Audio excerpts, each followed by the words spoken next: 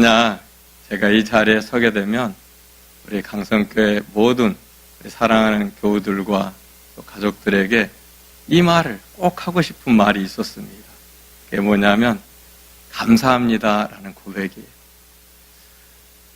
저희 김포 사랑교회 김포 한강 신도시 장기동에 세워지면서 정말 그 토대를 쌓아가는 그때부터 지금까지 우리 강성교회 이철호 목사님, 또 귀한 사모님, 또 우리 장로님들, 그리고 복된 우리 성도님들, 청년, 우리 귀한 교사 선생님들, 정말 아름다운 헌신과 그런 수고의 그런 열매들, 주일학교부터 세워지는 것까지 여러분이 이곳에 하나님의 큰 은혜를 덧입어 강성교회를 세웠듯이 김포에 또 다른 강성교회를 세웠다 생각하시면 됩니다. 그리고 앞으로도 세워가고 기도하고 전도의 그런 이 귀한 열매들이 있기를 기도해 주시면 감사하겠습니다. 이 한자 사자 성어 중에 진퇴양난이라는 그런 말이 있습니다. 앞으로도 나아갈 수 없고 뒤로도 갈 수 없는 그런 상황 속에 우리가 빠졌을 때 정말 어떻게 어디로 가야 되느냐.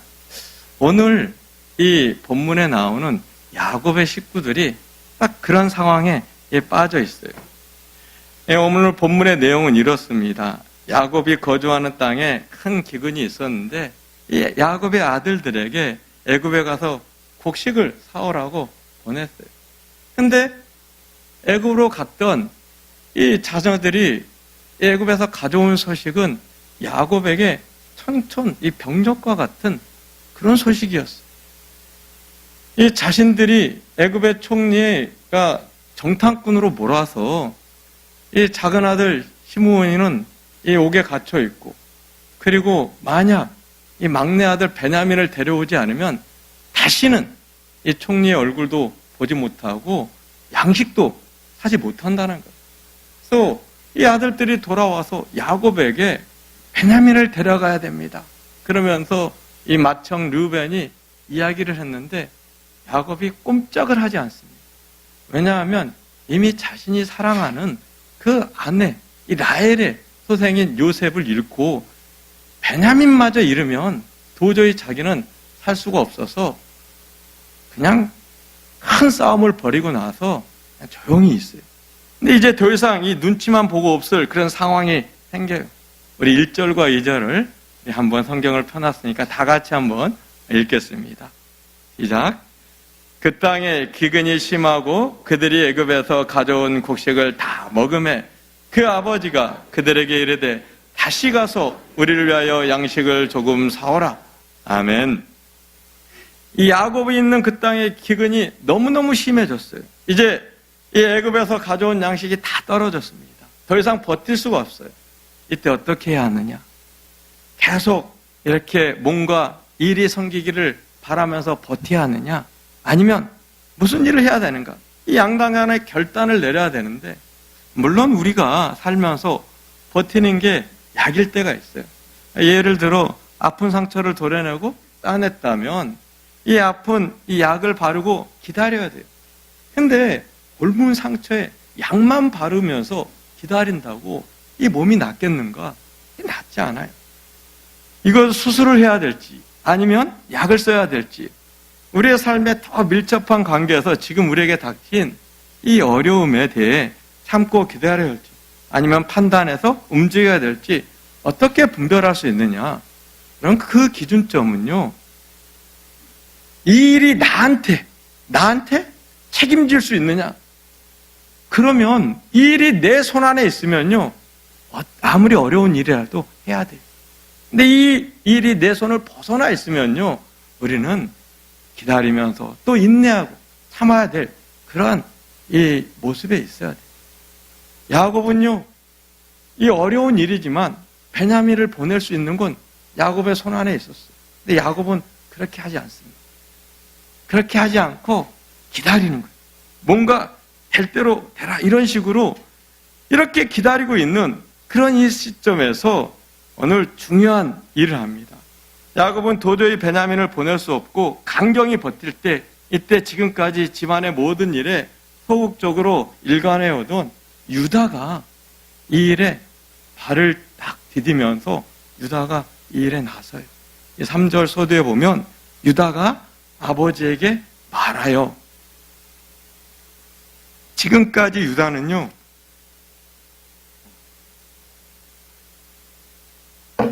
이 가뭄이 들고 모든 어려운 상황 속에서 지금까지 이 모든 일들을 주도적으로 해왔던 사람은 맏형 르우벤이에요. 근데 르우벤은 아버지와 설전을 벌인 후에 내 자식 둘을 아버지에게 드릴 테니까 베냐민을 데리고 가게 해주세요. 그렇게 했을 때 아버지가 안 된다고. 그래 거절하니까 르우벤도 막 화나가지고, 아니 우리 자녀들은 다 죽으라는 소리예요. 아버지, 이 베냐민만 아들이 아니고 우리가 꼭 살려오겠다고 하면서 큰 싸움을 벌이고 난 다음에, 그리고 나서 더 이상 설득을 못해요. 그러면 그 다음에 맏형이 시므온인데, 시므온은 잡혀있고, 그 다음에 레이인데, 레이도 다른 모든 형제도 아버지가 너무 강경하게 나오니까 말을 못하고 있는 거예요. 그러다가 이 연로하신 어르신이 병거라도 생기면 어떻게 할까? 이런 상황 속에서 놀랍게도 이 유다가 아버지에게 말해요. 그런데 이 일이 이스라엘 역사에 아주 큰, 이 유다로서는 큰 이 전환점을 맞이하게 됩니다. 유다는 이 일을 통해서요, 놀라운 이 유다의 위대한 역사를, 그 지파의 위대한 역사를 드러내. 그래서 야곱이 죽기 전에 유다를 향해 이 축복할 때 치리자의 지팡이가 거기에서 떠나지 않을 것이다. 큰 예언을 해요. 이것은 그의 자손에게 이 왕이 나올 것이다. 그 예언을 유다 지파에게 합니다. 사실 유다는 이 사건 이전까지 형제들 사이에 아무것도 한 일도 없고 허물 많고 부족한 사람이었어요.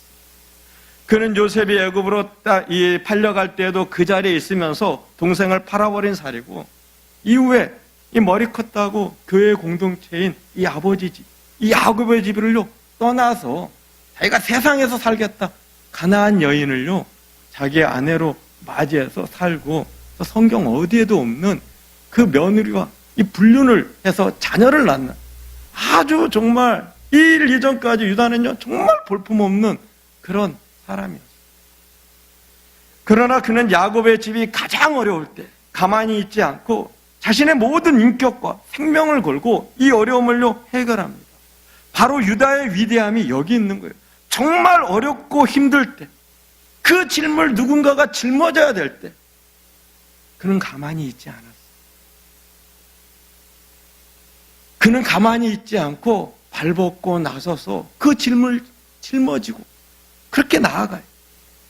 저는 지금 이곳에서 하나님 앞에 헌신하기로 작정한 제2 이 남성교회 모든 분들이, 말씀 가운데 또 모든 성도님들이 진정한 이 하나님의 나라에 가장 필요할 때 가만히 있지 않고 주님 앞에 헌신으로 무릎으로 나아가는 믿음의 위대한 헌신자들인 줄로 믿습니다.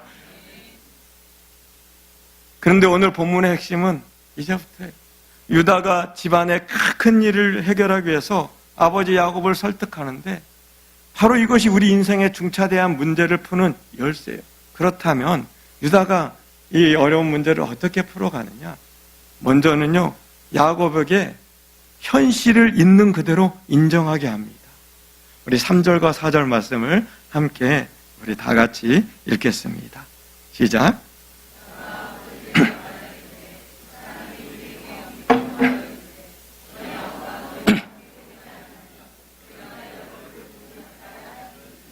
아버지께서 우리 아우를 우리와 함께 보내시면 우리가 내려가서 아버지를 위하여 양식을 사려니와. 아멘.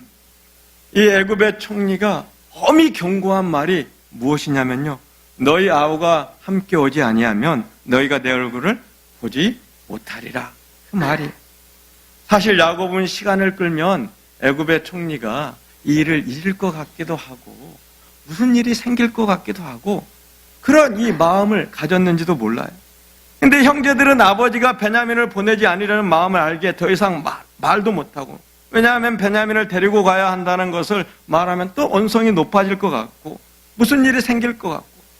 그러나 유다가 어떻게 합니까? 설사 아버지의 마음을 좀 상하게 하더라도, 아버지에게 좀 언짢은 소리를 듣더라도 이 이야기를 꼭 해야겠다 생각해요. 왜? 이 베냐민은 곧 양식과 직결이 되어 있기 때문에 그래요. 시므온의 생명과 직결이 되어 있기 때문에. 아니, 이 현실을 말하지 않고 어떻게 현실에 그 문제를 넘어갈 수 있겠습니까? 현실을 말하지 않고 어떻게 그 어려운 현실을 이겨갈 수 있겠어요? 이 당면한 이 현실적인 문제를, 그 현실을 이야기하지 않고는 도저히 풀 수가 없으니 그 이야기를 하는 거예요. 2016년 11월 저희 교회 김포사랑교회가 개척한 지 3년 반 정도 지났을 때 교회 건물에요, 큰 불이 났어요. 화재가 났습니다. 근데 그 불이 난 곳이 어디냐? 우리 청년 선생님들 또 권사님들 와봐서 알겠지만 교회 예배당이 좁아요. 작으니까 우리가 항상 이렇게 옥상으로 가는 그 중간쯤에서 거기서 계단에서 밥을 해 먹고 또 거기에 교회의 비품들이 다 이렇게 있어요. 거기에서 불이 난 거예요. 밤 11시 격쯤에 전화가 왔어요. 불이 났다고. 막 달려갔는데 그 화기 때문에 이 소방관들이 와서 막 하고 접근을 못 하는 거예요. 저는 거기 가가지고 말문이 막혀서 발만 동동 구르면서 가스통 그랬어요. 왜냐하면 그 불난 곳에 가스통이 있었고 이게 터졌으면 정말 말로 할 수가 없어요. 그래서 동동 구르면서 가스통 하면서 하나님 이게 무슨 일입니까? 하나님께서 개척하라고 여기서 보냈는데 아니 이렇게 불을 내시고 그러면 저한테 개척을 하라는 겁니까? 말라는 겁니까? 막 그러면서 발만 동동 구르고 있었어요. 근데 다행히 가스통은 터지지 않고 그렇게 큰 불이 이렇게 잡혔어요. 그리고 정리해서 안에 들어갔는데 그냥 끓음과 냄새와 그 어려움 때문에 이 안에 있기도 쉽지 않고 결국 마음이 이 교회 가면 그 냄새 나고 그래서 참 답답하고 힘든 거예요. 그리고 왜 이런 일이 있었을까? 이 작은 개척교회 작은 일만 생겨도 막 왔다 갔다 흔들리고 그러는데 성도들이 또 이 일로 인해서 마음이 심란하지 않을까? 별의별 생각이 다 들고 그러니까 교회 가기도 싫고 이걸 가야 되나 말아야 되나 그러면서 계속 그런 생각을 하고 있으니까 하나님께 섭섭한 거예요. 마음이 섭섭하고 가면 괜히 그냥 엉망이 되는 것 같기도 하고 그러다가요 여러분 결국 이 계속 그렇게 가니까 섭섭한 마음만 나오는 거예요. 그래서 그래 불이 난 것은 불이 난 것이고 이것은 현실이야. 그러면서 하나님의 뜻이 있겠지 마음을 붙잡고 그렇게 서니까요 희한하게 현실에 바뀐 건 하나도 없는데 이 문제가 하나씩 풀려가는 거예요. 그 문제가 하나씩 열려가는 거예요. 물론 그 과정 속에 어려움도 있었고 힘든 일이 있었는데 정말 이 현실을 받아들이고 나니까 그 일이 열려가는 것을 그대로 보면서 하나님께서 한 5개월이 지나서요 그보다 훨씬 좋은 그 예배당으로 물론 좋다고 해서 조금 더 넓어졌지만 좋은 곳으로 이렇게 옮겨지는 그런 하나님의 은혜의 역사가 있었음을 고백합니다. 여러분 그렇습니다. 우리 믿음 생활에 이 현실이라는 걸 외면한 채 무조건 우리가 하늘을 위해서 살 수는 없는 거예요. 우리 일생 일대에 가장 큰 문제가 생기면 기도하는 건 당연한 거예요. 하지만 기도만 하고 있어서는 안 돼. 기도만 하면서 무언가 분명한 현실의 질서를 잡아가야 돼. 자기 자신을 객관적으로 돌아보고 점검해보고 현실의 문제를 생각해보고 그리고 스스로를 풀 것은 풀고 더 이상 자기 힘으로 할 수 없는 건 하나님께 맡기며 나아갈 수 있는 것. 그런 면에서 지금 유다는요 현실에 대해 눈을 감고 있는 아버지에게 눈을 뜨라 말하는 거예요. 아버지 이것은 적당히 넘어갈 문제가 아닙니다. 베냐민을 데려가지 않으면 이 문제는 절대 해결되지 않으니까 아버지가 아무리 화를 내셔도 어쩔 수 없고 이것이 우리의 현실이기 때문에 이걸 아버지가 받아들여야 됩니다. 여러분 이렇게 말하면 야곱이 그래 네 말이 맞다 참 좋다. 그래, 내가 너에게 맡기니까 네가 알아서 해라. 그러면 얼마나 좋겠어요. 오늘 성경은요, 현실은 정반대로 가요. 6절을 한번 읽어보십시오. 우리 6절을 다 같이 한번 읽겠습니다. 시작.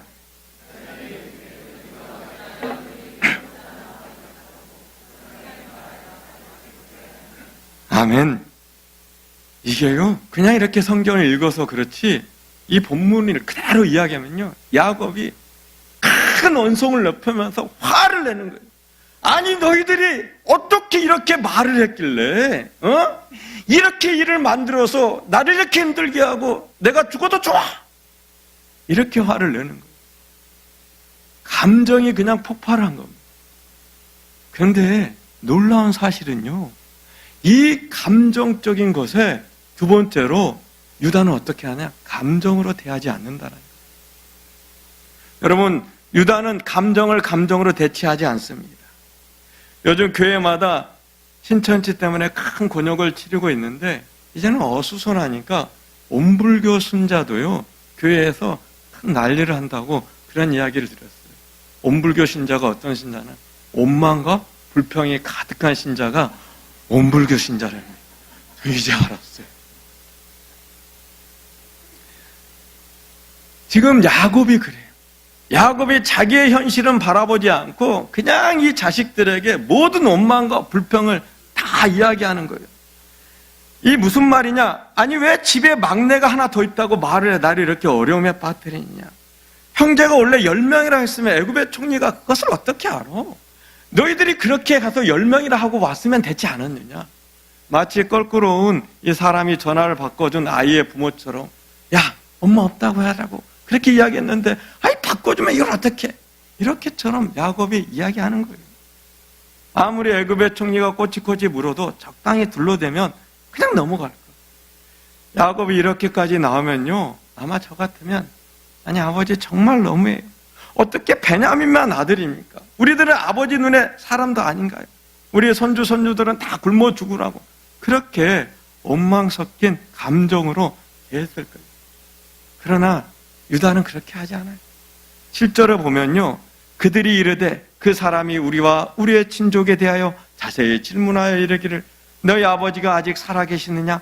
너에게 아우가 있느냐? 하기로 그 묻는 말에 따라 그에게 대답한 것이니 그가 너희의 아우를 데리고 내려오라 할 줄을 우리가 어찌 알았으리까? 아멘. 유다는요, 아버지의 감정적인 반응에 감정적으로 대하는 것이 아니라 그때 상황을요, 있는 그대로 말씀드려요. 애굽의 총리가 우리 가족에 대해서요, 굉장히 집요하게 묻더라는 거예요. 너희의 아버지가 살아계시느냐? 예, 아버지가 계십니다. 그래? 그러면 너희가 형제가 몇 명이냐? 잘 말을 못하니까. 그래, 너희 형제가 지금 이 10명이냐? 10명이 다느냐? 아니, 우리 12명입니다. 그래? 그럼 왜 10명만 여기 왔느냐? 아니, 한 명은 없어졌고요. 한 명은 아버지 곁에 있습니다. 그래? 그러면 그 막내를 데리고 와라. 그럼 너희들이 정탐꾼이 아닌 걸 내가 믿어주겠다. 애굽의 총리가요, 이렇게 이야기한 거예요. 아니, 하나님이 아니고서야 어떻게 사람의 마음을 알아요? 저 사람이 무슨 말을 할지, 무슨 이야기를 할지. 이 유다의 말이 맞아요. 우리가 하나님이 아닌데 저 사람이 그렇게 막내를 데려오라 할지 안 데려오라 할지 어떻게 할 수 있습니까? 모르는 거예요. 그 사람이 어떤 말을 할지, 무엇을 말할지 우리가 하나님이 아닌데 어떻게 합니까? 그래서 유다가 말하고자 하는 요지가 여기에서 이미 지나간 일에 대해서 잘잘못을 가리고 그렇게 시작하면 무슨 의미가 있습니까? 문제는 앞으로 우리가 어떻게 해야지만 이 시므온을 데려올 수 있고 양식을 구할 수 있는가? 이게 문제예요. 어떻게 하긴 어떻게 합니까? 베냐민을 데리고 애굽에 가야 돼요. 유다는요, 지혜롭게 이 문제를 넘어가요. 아버지가 감정적으로 화를 낸다고 해서 똑같이 감정적으로 화를 내고 될 때면 됐다라는 그런 식으로 하지 않아요. 왜냐하면 이 문제는 아버지가 옳으냐 자녀들이 옳으냐 그 문제가 아니기 때문에 그래요. 이건 함께 살자는 것이에요. 지금 야곱과 그의 아들들이 적은 이 서로가 아니에요. 애굽의 총리예요. 여러분, 지금 우리들이 어떤 문제인가, 각 부서와 또 교회 안에 그런 문제들이 충분히 있을 수 있어요. 근데요, 그것은요, 다 들어보면 하나님 사랑하자는 거예요. 이 사람도 그렇고 저 사람도 그렇고 이게 다른 거지 틀린 게 아닙니다. 같이 가자는 거예요. 그런데 네가 옳고 내가 옳고 그러면서 우리가 감정이 나오면요, 아내랑 남편도 그래요. 자녀들 문제로 이렇게 싸우다 보는데 나중에는요, 왜 언성을 높여? 왜 내 말을 안 들어? 이거로요, 그렇게 싸우고 있어요. 감정을 감정으로 대하면요, 거기에는 풀릴 수가 없습니다. 누구의 잘못이냐? 이런 때 이런 상황이 올 줄 어떻게 알았느냐? 이런 식으로 하면요, 문제는 열리지가 않아요. 그렇기 때문에 우리는요, 현실을 직시하면서 하나님께서 우리에게 이 뜻을 주신, 그리고 이 일을 통해서 우리를 열어가시는 그런 것을 구하면서 믿음의 길을 걸어간다면 하나님은 반드시 거기에 길을 여시고 사막에도 강을 내시는 그런 은혜의 놀라운 역사가 있게 될 줄로 믿습니다. 우리 제1, 남성교회 우리 모든 분들 2018년 살아갈 때 정말로 지혜롭게 서로의 마음을 보듬고 믿음 안에 하나님의 인도하심을 받고 나아가는 그런 귀한 은혜의 역사가 있기를 간절히 기도합니다. 마지막 세 번째로, 유다가 이 문제를 어떻게 해결하며 나아가느냐? 그는요, 베냐민을 대신하셔 자기 자신을 담보로 내어놓습니다. 우리 9절 말씀을 다 같이 함께 읽겠습니다. 시작.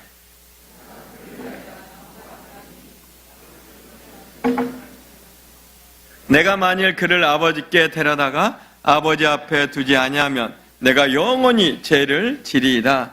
아멘. 여기에서 담보라는 말에 대해서 이 메시지 성경에서는요, 책임지다라고 그렇게 이 말씀을 번역했어요. 즉, 담보하겠다는 말은 베냐민에게 무슨 일이 생기면 유다 자신이 직접 책임을 지겠다, 그 말을 한 거예요. 그래서 실제로 유다는 이 창세기 오늘 43장인데 44장에 가서요, 요셉이 베냐민을 보고도 형제들을 한 번 더 시험합니다. 그래서 베냐민의 자리에 은잔을 넣어놔요. 이때 베냐민을 잡아가려고 할 때 유다가 딱 나서서요, 유다가 어떻게 말을 하냐면, 주의 종이 내 아버지께 아이를 담보하기를 내가 이를 아버지께 데리고 돌아올지 아니하면 영영이 아버지께 죄짐을 지리다 하였사오니 이제 주의 종으로 그 아이를 대신하여 머물게 있어 내 주의 종이 되게 하시고 그 아이는 그의 형제들과 함께 올려 보내소서. 아멘. 창세기 44장 32절 33절 말씀입니다. 여러분, 이것이 진정한 목자의 마음이에요. 모든 것을 책임지는 것. 놀라운 것은요, 이 모든 것을 책임지다, 이 담보하겠다라는 말이 바로 이 창세기 44장 32절 33절에 똑같은 의미로 쓰여진 단어가 있습니다. 그게 뭐냐면요, 죄짐을 지겠다라는 그 말이에요. 이 죄짐을 지겠다라는 이 말은요, 책임을 지겠다, 그 말입니다. 그래서 현대어 성경에서는 이 부분을 어떻게 번역하냐면요, 목숨을 걸고 책임을 지겠습니다, 이렇게 번역을 해요. 그렇습니다. 유다는 이 일에 대해서 자신의 목숨으로 그 일을 책임져요. 그는 베냐민에게 무슨 일이 있든지 아니면 이 일로 가족들에게 무슨 일이 잘못 생기면 자신의 생명을 걸고서라도 그 일을 반드시 자신이 책임지겠다, 그렇게 각오를 가지고 지금 야곱에게 이야기하는 겁니다. 바로 이런 유다의 믿음을 보고 하나님께서 유다를요, 정말 이 왕의, 그런 이 장자의 지파로 그를 세운 거예요. 그 시로부터 다윗 왕이 나오고 그 왕가의 핏줄을 통해서 우리의 영원한 구원자이신 예수 그리스도가 이 땅에 오게 되는 큰 영광을 얻게 됐음을 여러분 기억하시기 바랍니다. 여러분, 신앙적인 결정은요, 무조건 잘 되는 쪽으로 믿는 것이 신앙이 아니에요. 교회 일이니까 잘 될 거예요. 하나님의 일인데 무슨 일이 있겠어? 이건요, 우리의 희망사항이에요. 우리의 희망사항이에요. 우리의 현실을 해결할 수 없어요. 우리가 큰 병이 들었을 때 기도원부터 찾아가고 낫기를 바라는 것, 희망사항. 그 병이 낫기 위해서는 어떻게 하느냐? 일단 병원에 가서 이 병이 무슨 병인가 정확하게 알아봐야 돼요. 수술을 해야 될 것인지 아니면 약을 써야 될 것인지 무슨 일을 해야, 그리고 나서 기도원을 가더라도요, 가셔야 돼요. 우리가 현실을 살면서 인생의 중차대의 문제를 결정하는 것은 결코 쉬운 일이 아니에요. 하지만 그 어려운 현실 가운데 내가 감당할 수 있는 무엇인가, 그걸 분명히 인식하고 그 일에 대해서 전적으로 책임을 지는 것. 바로 이것이요, 우리의 희망사항을 우리의 현실로 바꾸는 그런 은혜에 기린다는 것을 여러분이 기억하시기 바랍니다. 특별히 우리가 이 자리에서요, 함께 예배 드릴 수 있고, 또 우리가 많은 영혼들을 또 보살필 수 있고, 나가서 전도하고 또 찬양하고 누군가를 섬길 수 있는 그런 토대를 가질 수 있다라는 이 자체가요, 누군가가 그 모든 일을 앞에서 책임지고 그 모든 일을 마음을 다해서 헌신하고 있기 때문에 우리가 자유롭게 헌신도 할 수 있고 찬양도 할 수 있고 예배도 드릴 수 있어요. 우리 귀한 청년 그리고 우리 주일학교 친구들은요, 그 집안에서 엄마 아빠가 그리고 부모님이 아무리 인생의 폭풍이 오고 어려운 일이 있어도 항상 변함없이 그 자리를 지켜주고 늘 눈물 골짜기, 악을 골짜기를 지난다 할지라도 경제적으로 삶이 어렵다 할지라도 부모님이 항상 그 자리에 버티고 있어주니까 마음껏 그 청년의 그 젊음을요 쏟을 수 있고 꿈을 찾아 달릴 수 있는, 누군가는 큰 어깨에 짐을 지고 있기 때문에 우리 가정이 또 우리 교회가 내 삶의 터전이요 안전을 찾고 평화를 누릴 수 있는 거예요. 특별히 자신의 생명을 걸고 생명으로 그 일을 하고 있는 그런 이 공동체가 있다면, 그런 가정이 있다면, 그런 이 집안이 있다면 그 집안은요, 이 인생의 폭풍이 오고 풍랑이 오고 무너지는 그런 삶의 어려움이 없다 할지라도 결단코 망하지 않고 멸망하지 않고 또 다른 이 기적의 역사를 이루어가게 됨을 여러분 기억하시고, 저는요 우리 강성교회 2018년 제1 남전도에 정말 믿음으로 헌신하면서 하나님의 은혜를 구하면서 제가 책임지겠습니다. 이 유다의 그런 고백과 같이 우리 다 같이 한번 따라하겠습니다. 제가 책임지겠습니다. 2018년 어떠한 어려움이 오더라도 만약 그 눈물 나는 어려움이 있을 때 이 말씀 꼭 기억하시고 담보하겠습니다. 제가 책임지겠습니다. 이 말씀 붙들고 나아간다면 우리의 삶을 하나님께서 놀랍도록 은혜의 역사로 풀고 열어주실 줄로 믿습니다. 우리 기도하겠습니다.